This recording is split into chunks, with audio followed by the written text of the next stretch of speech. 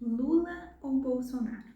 Em quem será que Jesus votaria se ele estivesse aqui entre nós hoje?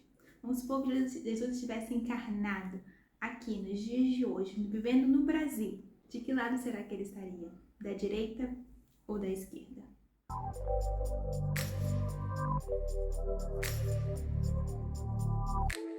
Olá, seja muito bem-vindo, muito bem-vinda a mais um vídeo aqui do canal.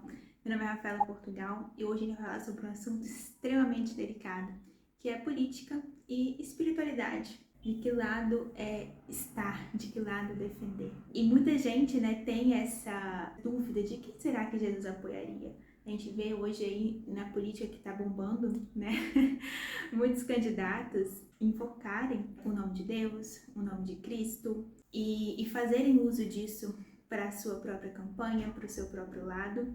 Mas será que era assim mesmo? Será que seria dessa forma que Jesus agiria se ele estivesse aqui nos dias de hoje? Vamos pensar nisso juntos? Vamos construir juntos esse raciocínio e esse argumento. O primeiro ponto que a gente precisa observar aqui é que todos nós, eu, você, todo mundo que está aqui encarnado, tem duas naturezas: a sua essência divina e o seu ego. O ego é tudo isso que você conhece como você aqui. A cor da sua pele, o seu nome, a sua história, a família em que você nasceu, o que você já viveu, as dores que você carrega, os sonhos que você carrega, tudo isso que você vive aqui, nessa realidade, é o seu ego. Não passa de uma projeção.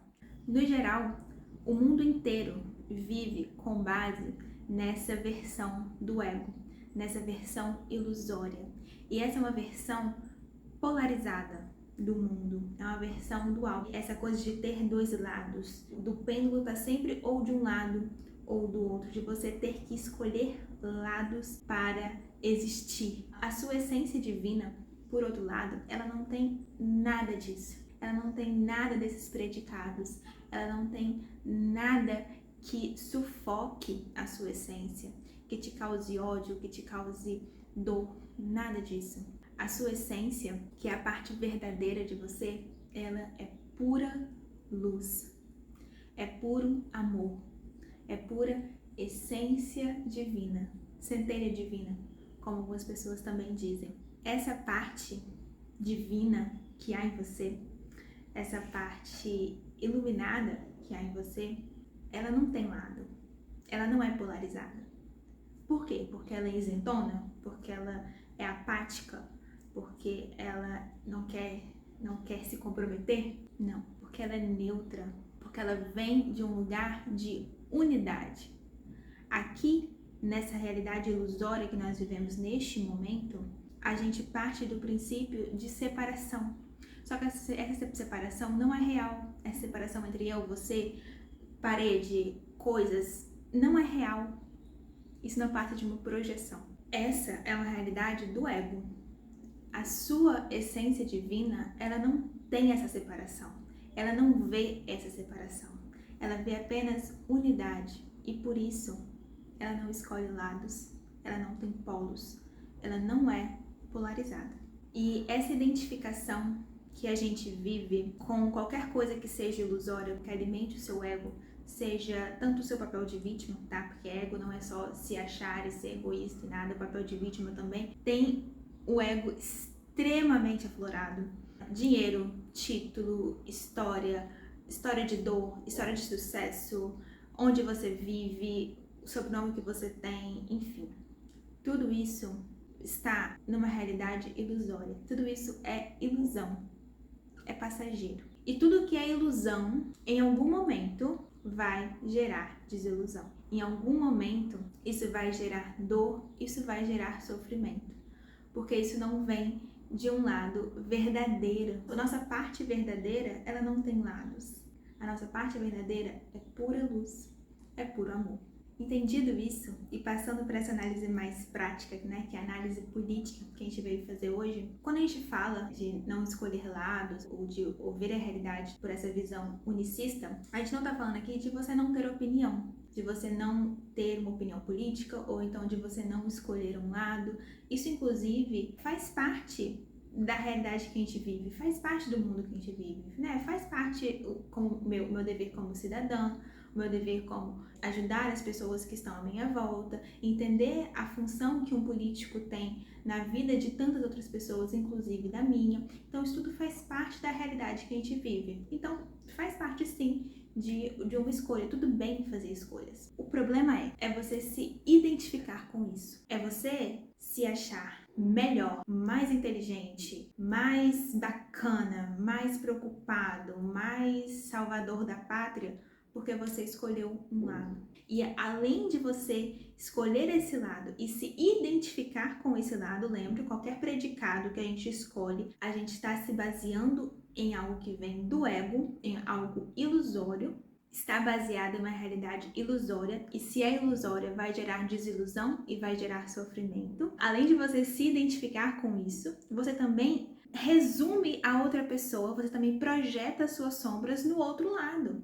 Porque se o seu lado é o correto, automaticamente você diz que o outro lado está completamente errado.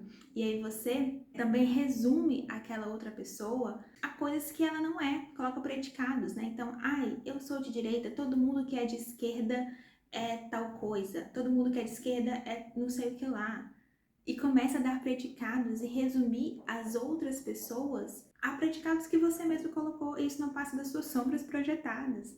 Além de trazer essas características para essas pessoas, o pior é ainda fomentar o ódio, fomentar a separação, fomentar a raiva. Porque só de existir uma pessoa que pensa diferente de você, isso já te dá raiva, isso já te coloca num lugar ruim, começa a te gerar sentimentos baixos, sentimentos que vão cada vez fomentar a separação, que vão fomentar a criação de uma realidade indesejada. Porque se a vibração está baixa, como que você quer colher bons frutos? Da mesma forma que você tem uma essência pura e divina, qualquer outra pessoa que habita essa terra também tem. Sejam seus inimigos políticos, sejam as pessoas que você não concorda com elas, sejam pessoas que fazem atrocidades, sejam as pessoas que pensam diferente de você. Da mesma forma que a sua essência é pura e divina, a essência dessas outras pessoas também são. E a partir do momento que você aponta o dedo, você está permitindo que o seu ego fale com o ego daquela pessoa, com a ilusão. A partir do momento que a gente desarma, a gente permite que a nossa essência divina se comunique com a essência divina do outro. E aí a paz reina. Aí não precisa de briga, não precisa de confusão, não precisa de ataque, não precisa dessa carga de ódio que existe hoje no meio político.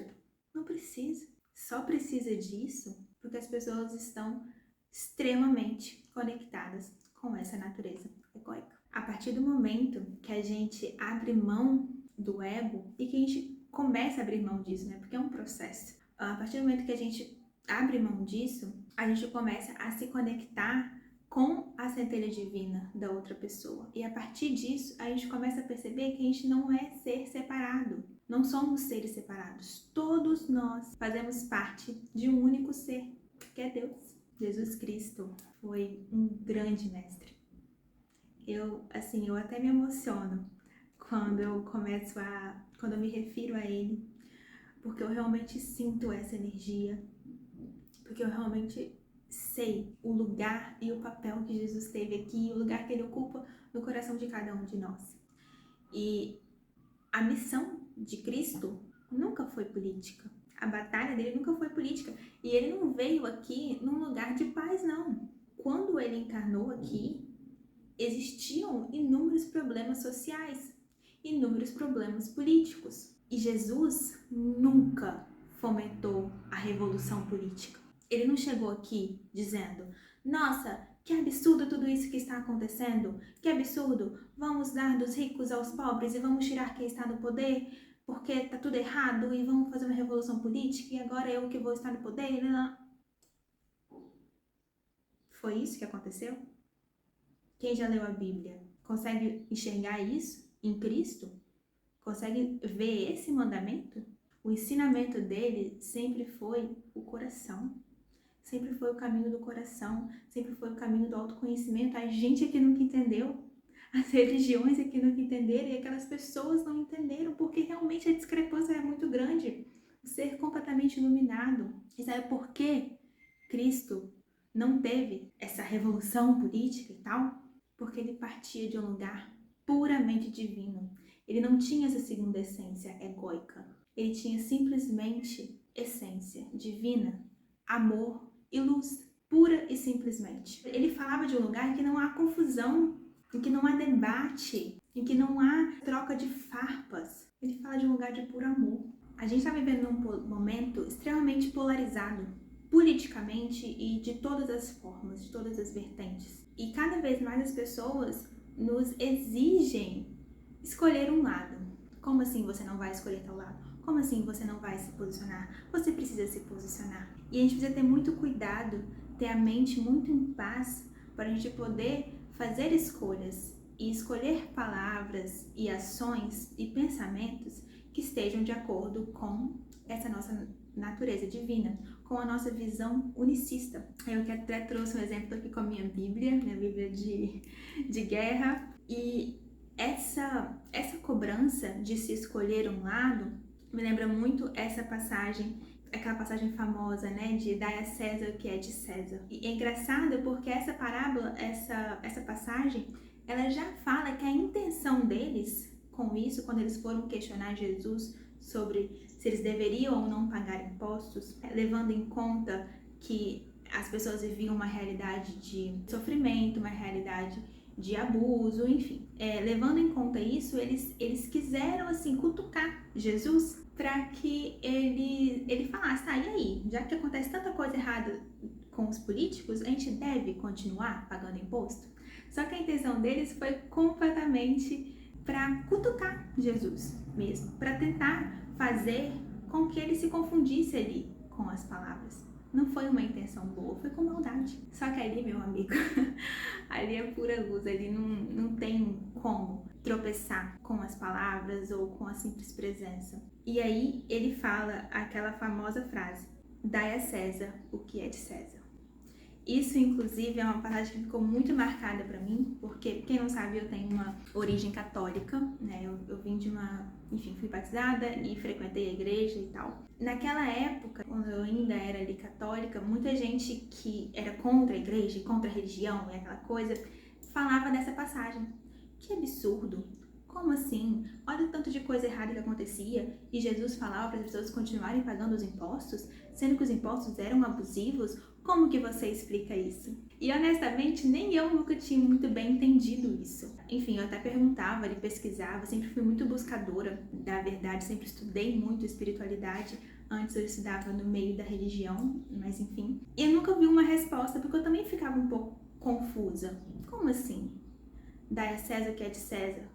Como assim manter os problemas que existiam ali naquela sociedade? E só hoje eu consigo verdadeiramente entender essa passagem. Jesus teve essa postura aparentemente isentona porque ele não estava apegado em polaridade nenhuma. Ele não enxergava o mundo e a realidade e as pessoas de acordo com o ego delas. Ele via pura luz. Ele partia de uma visão unicista, unificada, em que não há separação. O caminho que Jesus nos indicou e que ele sempre nos indicou foi o caminho do coração. Foi o caminho do autoconhecimento, o caminho do despertar espiritual, o caminho de buscar essa parte divina que há em cada um de nós. A revolução dele nunca foi política.